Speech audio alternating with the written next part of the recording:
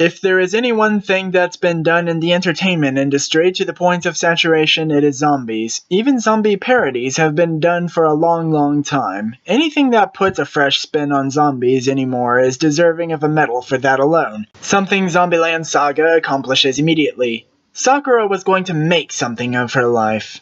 Died, came back as a zombie resurrected by the mysterious Tatsumi. Why? Because Tatsumi's putting together a team of zombies as part of a project called the Avengers Initiative, where a team of unique, talented individuals come together and sing and dance on a stage as idols in order to save a tiny prefecture in Japan called Saga.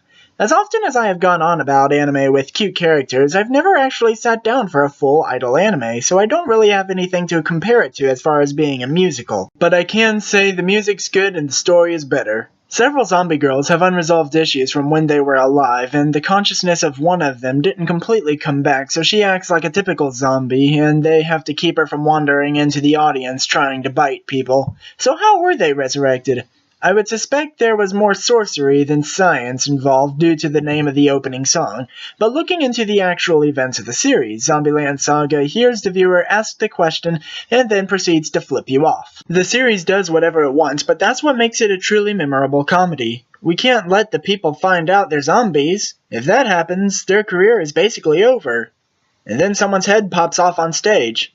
Then there's Tatsumi, who is just an absolute jerk, but he pulls through when he's needed. Though when I say when he's needed, I mean only as a last resort. If there's a chance someone else can take care of a problem, he can't be bothered. And then there's Saki, who used to be part of a hardcore biker gang. I like her because she cusses funny, same reason we all love Nick Fury. Yes, I do feel like making Marvel references. It does reuse jokes and gags from time to time, and yet not one of them grew tiresome. I can watch Tai chase after people all day. And then there's Sakura. It's so cute when she gets flustered. I may need a figurine of that adorable little corpse. I have a theory about Tai. I bet this was simply what she was like when she was alive. You know how celebrities can surprise you with a secret drug life? Imagine if the effect of whatever she was on just stayed in her corpse unprocessed even after post-resurrection, so she's always high. It was probably elaborated on in the manga. While I do recommend it to most anime fans, I highly recommend it to people already fans of the idol subgenre. I feel it's a parody of the whole idol thing, but again, idol isn't my forte, and it's the same reason why I can only give a tentative recommendation to people new to anime. I happen to watch this one with my mother, and I hear the name Ai, and I instinctively know the context by now, but had to explain that they were referring to another besides themselves. That and Saki refers to her old Tamagotchi. Isn't the dub version supposed to clarify things like that? And finally, the fourth wall break. The opening song and the credits music was done by a group called Franshushu, which happens to be the name of the zombie idol group as well.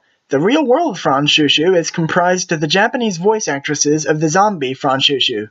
Crazy, huh? There was only 2 real blemishes on the experience. There was a news reporter who was suspicious of this idol group, but that doesn't go anywhere. And the other thing requires me to spoil Lily's backstory, so if you want to start fresh, get out. She used to have a name considered masculine, which at the time I thought nothing of. Then someone else came to the conclusion Lily is transgendered, or intends to undergo such a process to become female. That sounds like a stretch, I said, so let's look at that clip again. ちょっといろいろわからんとけど、途中からたくさん出てきたマサオって誰？リリーが捨てた名前。Okay, yeah, that's the face one makes when learning their friend didn't start out female. Still though, logically speaking, that scene could go either way. I'm sure it was clarified in the manga.